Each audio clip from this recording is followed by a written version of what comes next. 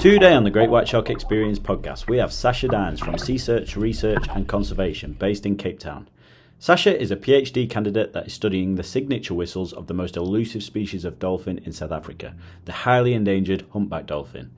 Sasha started her career in Mossel Bay as the head field specialist for oceans research, taking on the position when she was only 22. Today we talk about how she started her career and her work now in Cape Town with Sea Search. Cheers, Sasha. Welcome to the Great White Shark Experience podcast. Thanks for having me. No, it's good. Are you nervous? A little bit, because I know. Is this your podcast debut, or have you done one before? I've done podcasts, but like on the phone, Yeah. kind of Zoom talks. Yeah. This is the first. Filmed one. This is the first thing on camera. Cropped in. People can see my face. Lights, studio. And I'm very impressed. I'm very proud of everything It you've looks done here. alright, doesn't it? It's not too shabby. No, Looks a lot bigger on camera. It does look bigger on camera. Yep. No, we're in the back of a garage, guys. This Yeah. is. Yeah. Yeah, no, it's very cool. Very good things you've got going here. No, I'm glad you So like happy it. to support. Now I'm in the bay. Yeah, no, Yeah. you're here, and I was super interested. I've been wanting to get you on for a while, just because you're a fascinating person. Like, you were one of the first people I met in Mossel Bay. Yes, And you all came- those years ago. Came from the shark world, and now, well, yeah. So I'll probably start there. Yeah, you started with oceans research. Yeah, no, so we probably met in 2017, Yeah. I think, when you first came here. And In I was Blue Shed? At the Blue Shed, obviously. Obviously, That was the hangout over at a the coffee. time. Well, And so I was the head field specialist at Oceans. yeah. And I'd already been there a bit of a year, I think. 2016 I arrived. Okay. And then was there for 3 years in total. Yeah, Yeah. which was quite a long time for field So I specialists in sort of met you. Mossel Bay. You felt like you were like established and been there for a long time. But you'd only Early been days. there. Yeah. Yeah, no, it's quite a big shock and adjustment, I think, going into a role like that. Yeah. And I was 22. You were young as well. I was 22. Yeah. Yeah, I'd just finished my masters. It's the time scales are different in the UK. So Yeah. I went for my undergraduate in the UK with honours, and then I went straight into my masters in London. Yeah. And I kind of got into my masters, and I was at Royal Veterinary College in London. Oh wow. Doing like a lot of like animal husbandry and Yeah. like rehabilitation and reintroduction of wild animals and things. So it wasn't quite marine biology. Yeah. I'd kind of taken a shift from my undergraduate degree. What was your study? My undergrad was in. Oh, so you were my masters. Well, either. yeah. So I I mean- did my marine biology at my undergrad. Yeah. And then I was at the Royal Vet College for my masters. Yeah. But my thesis there was working with some guys in Zoological Society London, which is like their Yeah. partnership university Yeah. thing. That's a big partnership as well, isn't Yeah, it? Like they and do it a lot was of so work. cool. Like, Yeah. so that was the reason I went. So like learning how to like do like elephant teeth extraction was not what I was there for. Like Yeah. the vet college side of the course was not really. It was cool, but never it used wasn't that. your main But working focus. with ZSL in London and the team there, Yeah. that's kind of why I went. And so I did my thesis under David Jacoby there, Yeah. and who does a lot of like shark things out in. My stuff was in Palmyra Atoll. Yeah. Just data set. I didn't get to go, but yeah. So I did social network analysis using telemetry data, like tag data. Yeah. Okay. For my master's thesis. Finished that in 2016. Kind of was like, I've been in London for too long. Yeah. I need to get out. I need to get get in out. the field. So then so I'd actually been an intern in Mossel Bay in 2014, Okay. like a decade ago. So right. So you a few years before, and then A few years before, yeah. like my and that was with Oceans Research. and I was an intern at Oceans Research. Okay. Yeah, 2014 June, and had just kept in contact a little bit, Yeah. with Enrico and some of the staff there, and then messaged them like, "Do you have a job?" Yeah. Because I want to get back in the field. Yeah. And he was looking as I was asking. It just and lined up perfectly. Yeah. That's the totally. amazing thing about Mossel Bay, isn't it? Like, if you just keep, like, people who've worked hard and done well and keep in contact, there's always Yeah. little doors or windows of like opportunity Yeah. that just pop up here and I've there. always said, like, I remember coming back and being like to Enrico, like, do you really remember me as an intern? Because in those days they had like 20 odd interns in Yeah. the peak season. And I'm like, busy. do you remember who I was? He was like, Sasha, I don't remember exactly who you were, but that's a good thing. Yeah. If I remember you, It's for a bad reason. it's a bad thing. There's so many interns, I can't remember them all, but if I Yeah. remember you, it's probably not for a good reason. Exactly, but Yeah. I think I'd gone away, done more work, done Yeah. my masters, and had a better grown in my CV and stuff. So Yeah. then, came over at 22. Was meant to be, and then it was a really small team. Then it was like Yeah. Ashley, who was a local guy Yeah. who was working there. He'd just started as a field specialist, and Justin was there. He just started as No, oh, this is 2016, so he'd been there for 2016. 2 years already. Yeah. So yeah, it was a small team of us. And we were just in the trenches together, going on every shift, Get just stuck working in, hard, getting roll the stuck sleeves in. up. So yeah, I mean, it was head field specialist, but we were all just like equals, like working hard. I was doing the scheduling and stuff, and then. But you sort of made it your own as well. That was another thing. I think if you're there long enough, you have to. Yeah. Yeah. Because like all internships go through sort of ebbs and flows, and like whoever's running it, it sort of fits around them. And there was definitely the Sasha the eras. The eras, yeah. And there was the Sasha Dan fingerprints all over the ocean. So it was like I think previous structured. field specialists who had been there for a long time had also had an impact. And I think if you're there for a year, you're just doing the job. Yeah. You're just getting in, getting out. Yeah. And I don't think you have time to really make it your own. And I think, as soon as I realised, okay, I want to be here for longer, I'm really enjoying it. I started working towards my work visa and stuff, and was really fit with the system and I saw like opportunity there. Yeah. I think like from my side, I saw like a place where I was given a lot of freedom to grow as a scientist, but also I was like running an internship. Yeah. You know what I mean? It's a big responsibility. Yeah, like managing people and staff and different personalities and in a workplace environment. Like that was a really cool opportunity to grow as a human in that period, but also as a scientist. Yeah. So I wanted to do that, and so, but also I think the staff there, like we all got along. It was a good dynamic. So then it was meant to be a year, and it ended up being 3 years. And I've always said that 3-year arc was really good when looking back, because that first year was very much just getting my feet wet in the trenches, getting stuck in again. What on earth am I doing? Figuring it out on the job. Figuring it out, yeah, totally. And then the second year was, okay, like I've got this, I'm a dab hand at this now, but I see like can be improved. There's a project here that needs to be done, or I want to have my own project to run and start. So that second year was kind of like that, really kind of making your mark on it a little bit, like you were talking about. And that third year was wrapping up those loose ends. And things like I managed to like publish a paper, first author paper, while I was in you did. That was incredible. So that was like, in the third year, that was my real thing, because I wanted to come out of it with something boost my tangible, CV and certain things. So that was really, really good. And then that third year wrapped things up, and then I was like, I'm loving it. I could stay forever. But I don't want to get to that burnout phase. And I wasn't burnt out, but I was seeing myself like my enthusiasm was like up and down a little bit. And we had by that point, we'd gone through staff, we had like long-term students with us, we had returning students. Like it was, for the first time, we had like returning interns coming back as students, doing their masters a day. Like it was really, really nice community of people that I was like, I can leave now. And feel good about it. Feel good about leaving. I've done my bit. There's not much more I can do here. I want to. You need to as well. I was getting itchy feet again. The internship thing is amazing, and it gives so many people like opportunities and stuff. But like to grow, it's easy to get stuck there as well, isn't it? It's good. And it's that as soon as you're in a position of like comfort, you're like, okay, we should change things up again. Need to switch it up. Like the moving to Mossel Bay at 22 was like I've never been so like physically scared in my life. Really? Like I knew it was the right decision. Like it was going to be an adventure. Like I've done studying for so long. Like this is the unknown is amazing. And then I was it's all the way around the world though. Yeah. And then I was in a South comfort Africa. stage. And that's it. So I wanted something new. No, that's good. And then you obviously went from Mossel Bay, next big leap once you'd done that, and you went completely the opposite way to dolphins. Yeah, everyone hated me for a little bit.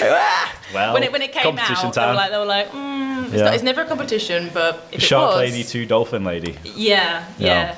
So where did you go? You work in. So it was so I wanted to do a PhD. Yeah. That was my next stage. So I was like, okay, level like I've got enough experience in industry now, and I kind of know the ropes a little bit. And I was like, okay, I've been out of science, like kind of academia. Wanted to go back, and then I was looking for projects. And actually I was looking at shark projects and dolphin projects, like because I did. Could have gone either way. It could have gone. It was 50-50. 50-50, and then I knew I wanted to stay in South Africa. I looked in England, but I was like, no, nothing for you. I want to be in South Africa, and I wanted to live in Cape Town a little bit. So I was looking at Stellenbosch and UCT and what was available there, and it was just kind of another one of those things where. I'm not like putting a date on it. I was like, okay, if something comes up, but I was starting to look and talk to people. And over my time at Oceans, I'd gone to talks and met people and conferences and, been at meetings, and so I kind of knew the wider sharky and just Shark general world. science world in South Africa. And so had been introduced to a few people, and Enrico was really helpful as well. He knew I was looking for things, and he was putting things my way. Putting the feelers out there. Yeah, and he was like, when he was in meeting people, if they were talking about things, he'd be like, well, I know somebody who's looking, I can, like, he was really supportive in that sense. And then, Tess and Simon were doing this humpback dolphin project. Just happened to line up again. And it was, again, just lining up, and I don't think I ever properly interviewed. I think I just kind of like... Walked in one day. Well, I didn't walk in, but we had a phone conversation, and I remember phoning a few other people being like, so what do you... like Sea Search, like what is that? Like, I'd met Simon a couple of times, but never Tess. So I went down to Cape Town then and met them for like a beer or something, and chatted over a cup of coffee next time. And it was all just kind of like, is it a good fit? Yeah. And I've seen now, after several years in the PhD, it's about like, as much as like, does the PhD suit me? Yeah. It's like, do I suit their organisation? Yeah. Because you're not just a PhD student, you're going to become a skipper, and you're going to be a team compatibility player. Is a huge part of everything. Personalities, do your personalities match? Yeah. There's nothing worse than being stuck in an office with people who are clashing all the time. No, and it's very dynamic and things, so it all kind of fitted. Yeah. It was all like, okay, this could work. And I was like, when I was at Oceans, I was never like a sharky person. I was like, I loved it all. Yeah. I think that's why Loved being on the ocean. Loved being out, loved doing the field work, but we'll do like land dolphin surveys and intertidal stuff, and I enjoyed the cetacean things as much as I enjoyed the shark stuff. And so it wasn't a hard shift for me. It's not a hard sell, No, you're already a hard sell. Part there anyway. I mean, some people come into the role as like, I am obsessed with sharks and have watched Shark Week my whole life. I didn't really watch Shark Week until I was here. No, I'm English. Like we don't know who these names are. Do you know what I mean? Until you're here.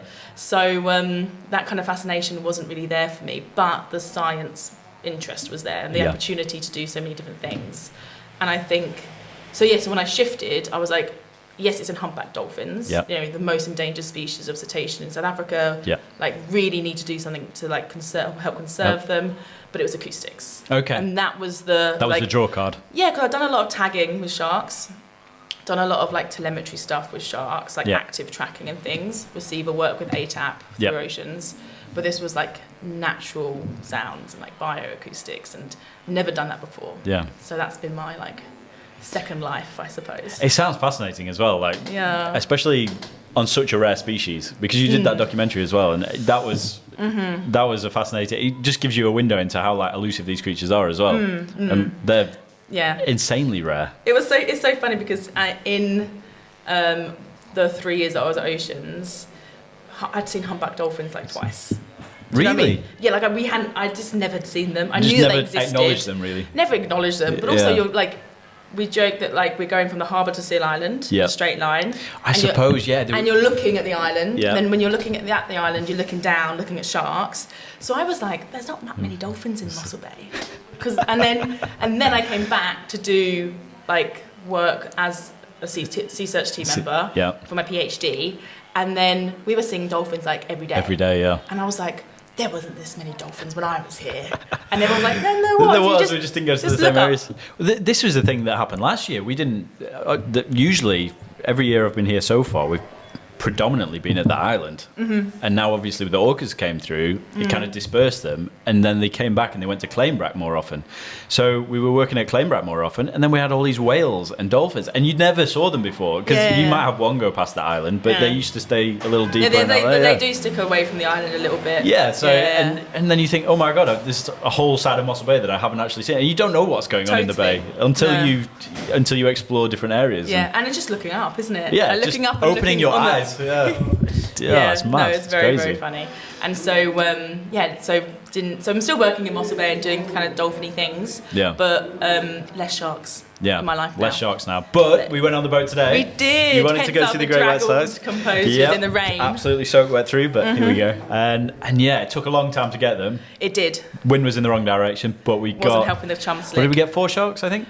Depends who you ask. 4 sharks. 4 sharks. we think 4 sharks. It was. It was hard to tell today. It was so hard to tell, and you've got a basic size measurement, but you can't. They weren't the dorsal fins weren't coming out of the water, so there was horrendous glare, wind.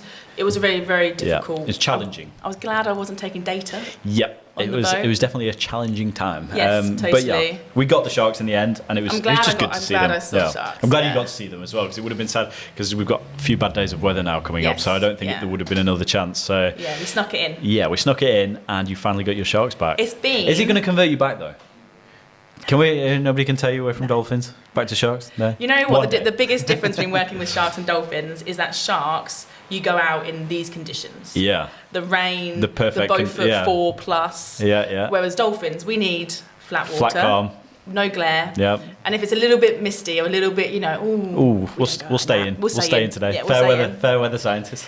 Some would say, I would say convenient. Convenient scientists. Yeah. Okay, we'll wait for the perfect conditions. I've done my time in the trenches and loved it. But dolphins are hard though, because the sharks you're attracting to the boat. Yeah. You have to go find the dolphins. You've got to go find the dolphins. And I chose to work with the most endangered species of dolphin in the world. The hardest ones to find. Not the world, sorry, in South Africa. In South Africa, yeah. Hardest ones to find. Hardest ones to find. Not a lot of them. And they hang out in the surf area. Yeah. So very shallow. Hard to get to on a boat. Not very safe to work with. And around, because you need to... Because I'm doing acoustic, so I need to have the engines off. Yeah. Close as possible, engines off. In the surf area, and so every skipper's nightmare. It actually makes sense why no one's really done a lot of work with acoustics on them before, because it's actually quite dangerous. Yeah. So you've got to trust your boat, you've got to trust your skippers. Yeah. And so it's been a long couple of years. Yeah. So what do you do with the acoustics? Tell us more about the acoustics then, because so obviously you have to get close, you have to be. They're obviously in the surf. Are they easy to hear underwater? So we use hydrophones, underwater hydrophones, and they record all sounds. Yeah. And so dolphins produce whistles and echolocation, click, which is clicks, or burst pulses, which is also a type of click. Yeah. And those clicks can go up to way over 100, 150 kilohertz. Yeah. So the frequency range of dolphins is very high. Yeah. Humans can only hear up to about 20 kilohertz. Okay. And whistles are within human auditory range. Yeah. So we can hear whistles quite easily, and on GoPros, they've got a cut-off of about 15 kilohertz. Yeah. So on most GoPro footage, you can hear dolphins on whistling and stuff. Yeah. And you'll hear the clicks, but you'll hear like the lower part of the click. Yeah. You won't get the full bandwidth. Yeah. So we use hydrophones, which are like very expensive pieces of equipment. Yeah. And they actually have the full frequency range. Okay. So we record underwater. Yeah. And then just record everything. That's why you kind of want the engines off, so you're not getting a lot of like background noise, masking. Yeah. And then you just kind of put it over the side of the boat, and they sit there for an hour, if not more, as long as the dolphins are around, and just hope that they're talking. Yeah. It's very easy data collection. Yeah. But it is harder than people think, because it's so easy, lots of things can go wrong. Like your sound levels can be wrong. Yep. I'm sure you know from the podcast, like it's very easy to have your gain settings different and things.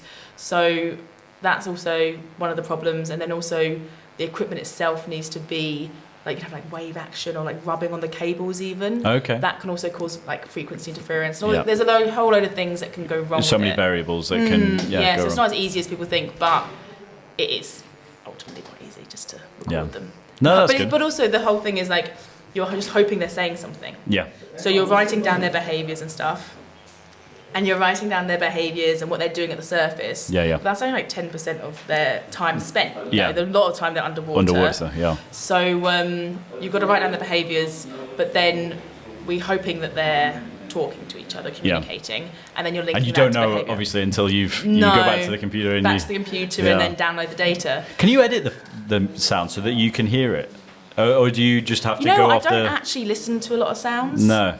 As an acoustic scientist, you imagine. I actually look at the spectrograms a lot, look at and them. like physically like kind of look at what they look like and stuff. So that's main part of my job, and then kind of understanding what the whistle looks like and stuff. Yeah. But my PhD is actually looking at the signature whistles. Just about to ask. Very specific type of whistle. And what is it specifically you're looking for?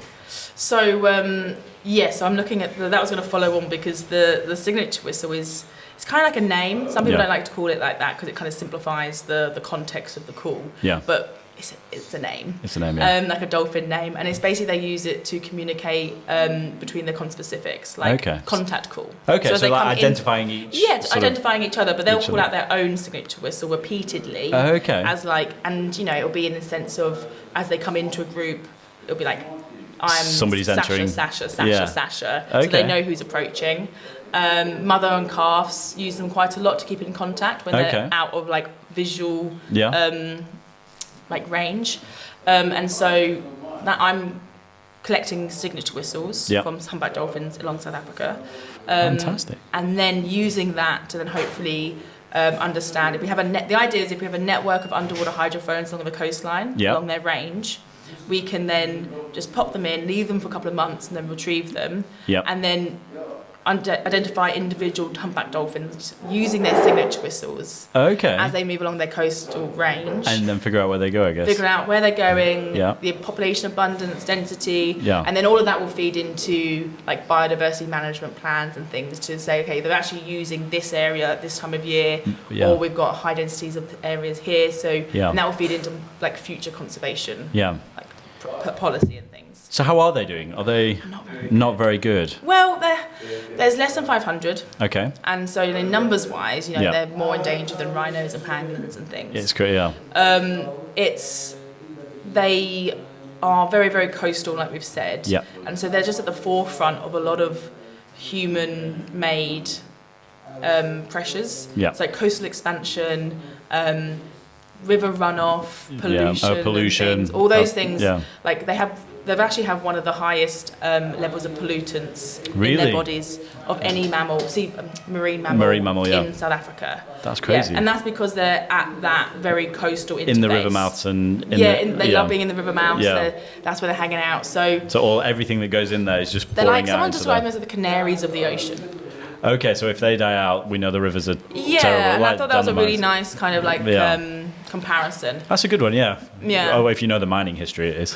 Otherwise it's a pretty bird. It's just killing birds. But so we're doing a lot to... The hopeful thing about humpback dolphins is that since like 2014, 2015, there's been a consortium of scientists. So everyone who's working on humpback dolphins along the coast, along South Africa basically, came together, started a consortium and was like, let's pool resources, money and time to work together. Because doing these little pockets of like studies isn't really helping the bigger population. And so that consortium, they first put together a photo ID catalogue. They came up with this 500 number of how many are left. Of pooling all of their photo ID catalogues, and then since then, in the last couple of years, we've been continuing the photo ID catalogue. Awesome. Doing our acoustic work, looking at skin disease, looking at spatial use of the animals. So there's lots of projects, and it's all happening because people are working together. It's good when everyone comes together, isn't it? That's the main thing. No, it's really nice, and it's it doesn't happen always, but I think what's really nice about it is that because there's that honest communication, it's, we're doing this here, but I don't have the time to go up to Richards Bay and collect it all. Yeah, you can't do everything. So if I can send hydrophone equipment up there and they can collect data for me, or coming to Mossel Bay and can people here collect data for me, that's perfect. And it really, really helps the project and increases the scale of it. At a national level, basically, which is really, really good. No, that's good. No, that's incredible. But no, those partnerships where people do work together, they definitely do expand the range of like what's possible. And especially when you've got such an endangered species. That the whole point of using acoustics with humpback dolphins is because we'd spend 3 weeks on the boat. Spend that's boat time, fuel. Time spent. Not harassing dolphins, but like trying to find them and stay with them for as long as possible, and then recording them. And after the end of 3 weeks, you might have seen 3 groups. 3 groups, maybe with like a couple of dolphins. They're very small groups that hang out in like 2 to 5 or whatever. So all that time spent for like very minimal data. Whereas if we can put in hydrophones for a couple of months and get a much larger amount of data, that's going to be cost effective, time effective, and it's going to reduce the impact that we have on these coastal endangered species as well. That's incredible. Yeah. So that's the aim. I mean, we're getting there. I've just done, last year I did a huge deployment along the South Cape Coast. Yep. And I've been busy analysing that data. Got on a little TV show as well. We got on a little TV show. My first Afrikaans TV show. Claim to fame as well. Managed to be the skipper on a little TV shoot. Yeah, and we found humpback dolphins. And we did, yeah. We're there talking about how difficult they are to find. Just pop up next to the boat. And they just popped up next to the boat. These highly endangered animals. Oh, they're right there. Yeah. No, they're definitely like 2 seconds. That's good, yeah. We did follow them for a little while, didn't we? And then, we did. But then, I just left them alone from there. Yeah, because it wasn't good for the storyline. No, well, that's it. Is that why they didn't? No, I'm joking. Yeah. But no, it's good. I've done some cool stuff. Like the project's really cool, but trying to raise the profile of humpback dolphins, because I mean, no one knows that they exist. No one knows how their plight. Yeah. So done a lot of the project has been to do media and documentaries and TV shows and stuff. And you should say, actually, you work for Sea Search in Cape Town. Yes, so I'm working with Sea Search. So that's the whale and dolphin research group that I'm working with now. And I'm doing the PhD through them. Yeah. So we have the Sword project, which is signature. I'm going to get it wrong now. Signature whistle. I've also got this. Signature whistle for occurrence, recapture, and density. Oh wow! Okay. And it's basically using signature whistles for all those purposes that I was talking about. So I'm using it for humpback dolphins. But the basis of the work is in Namibia, doing bottlenose dolphin populations there, and they're like the lab rats of the sea. So we know they have signature whistles. Yeah. We know that they do this, whereas we're translating it to humpback dolphins. So my first couple of chapters are just proving that they have signature whistles. Yeah. You know, and so that's the big thing there. And then then goes on to a bigger project. So the Sword project is the bigger picture. Everything, But then, I mean, Sea Search does a lot of humpback whale song work, a lot of killer whale work, we're doing a lot of seal stuff, geese, birds, all sorts. Anything that makes it... It's not generally acoustic stuff, but the last couple of years we have focused on acoustics mainly. Yeah. And so anything that makes a sound, that's what you focus on. We'll record it. Yeah. And Sea Search. Well, it seems like they're all coming to Mossel Bay as well now. Yeah. No, everyone's followed me here. So just to follow up, because obviously we've had the two famous, well, not just the two famous, we've had lots of orcas in the bay recently. Orca capital at the moment. I know. Well, actually, the funny thing was, I actually started out, instead of coming to see white sharks, I wanted to go and work with orcas in Norway. I've heard this story. Ironically, ended up, here now with orcas flying through the bay every... Full circle, isn't it? Do you guys do much with the orcas or not so much? We do. I say we, I'm not personally involved in it. But I think, so Simon Elwin, who's one of the directors of Sea Search, he does a lot of killer whale work. Yeah. And he's currently doing there's a paper from a few years ago from Peter Best, who's a very legendary cetacean scientist. And he did a couple of kind of killer whale assessments and things, population assessments. But that was a fair few years ago. So Simon's kind of taken on that mantle to try and look into the killer whales. It's a very interesting story. Yeah. General killer whales. It is. It's drama, isn't it? It's like a soap for the ocean. I know. But we don't have There's the villain. The residents versus the transients. We don't really have that here. They kind of pass through and then go away. But now we've had these guys who have stayed. Yeah. Yeah. They found something that they like. They're tasty. Yeah. They're happy. Yeah. We don't know where they've gone before. Yeah. They don't know. We don't know where they're going next. And we don't know where they're not here. When they're not along our coastline, we don't know where they're going. So there's a lot of questions to be asked about port and starboard. Yeah. But hopefully. What's really nice is that there's a lot of people kind of working together to try and figure that out now. Yeah. Yeah. Hopefully, they are fascinating animals, even though they're an absolute nightmare for the shark cage diving industry. They are. I think we'll look back on this period in South African environment science and things, and it will be a case study that people use in textbooks in years of time. How can change ecosystems overnight. Whole ecosystems can change based on one or two individuals or very small impacts, very dominant ripple effects. Yeah. Because I mean, it's not just port and starboard. There's changes to the the humpback whale migration routes in South Africa and the timings of those, and we're having, you know, these super groups of 1,000, maybe 500 to 1,000 humpback whales forming off the west coast in that must be incredible to see. So there's so many amazing things happening that are like unique to South Africa, all at the same time, and it would be, you know, naive to think that they're not linked in some way of just climate change and moving prey items and stuff. So it's crazy what's happening in South Africa. Yeah, lots happening. Everything's changing, and it's changing so quick, and it's like in front of your eyes. It's not like this 100-year period thing where like you see little bits. Yeah, like it's so crazy that like every year something different's happening, and you know, science takes so long to do. You know, and especially marine biology, which takes so long to collect data for. You've got to collect the data, but can't just repeat the experiment over and over. No, you can't repeat the experiments, and also having like the data we're trying to find is from like 2 lone orcas who pop up once or twice a year. And even when you're with them, it's like every 8 minutes. So trying to get enough data that actually is useful and can like scientifically prove these things is really, really hard. And then you've got to write it up, get your collaborators on board, make sure that the science is good. We have a saying in Sea Search called "Do good science." All you need to do is do good science. Do the basics right. Do the basics right. Do good science, and you'll be fine. The foundation of most good things is just doing the basics. So that's the motive at home. And then you've got to get it through peer review. Then you've got to get it peer review, and then you get publish it, and then you can start talking about it.